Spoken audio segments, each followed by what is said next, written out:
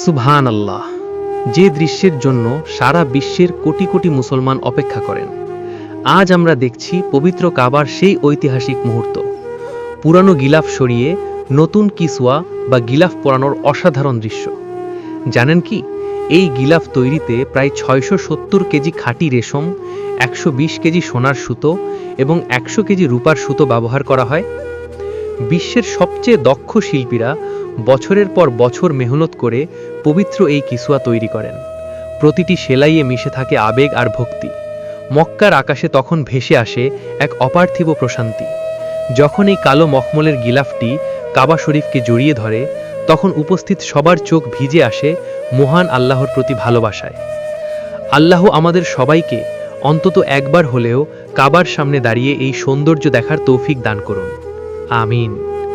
ভিডিওটি ভালো লাগলে শেয়ার করে সবাইকে এই বরকতময় দৃশ্য দেখার সুযোগ করে দিন।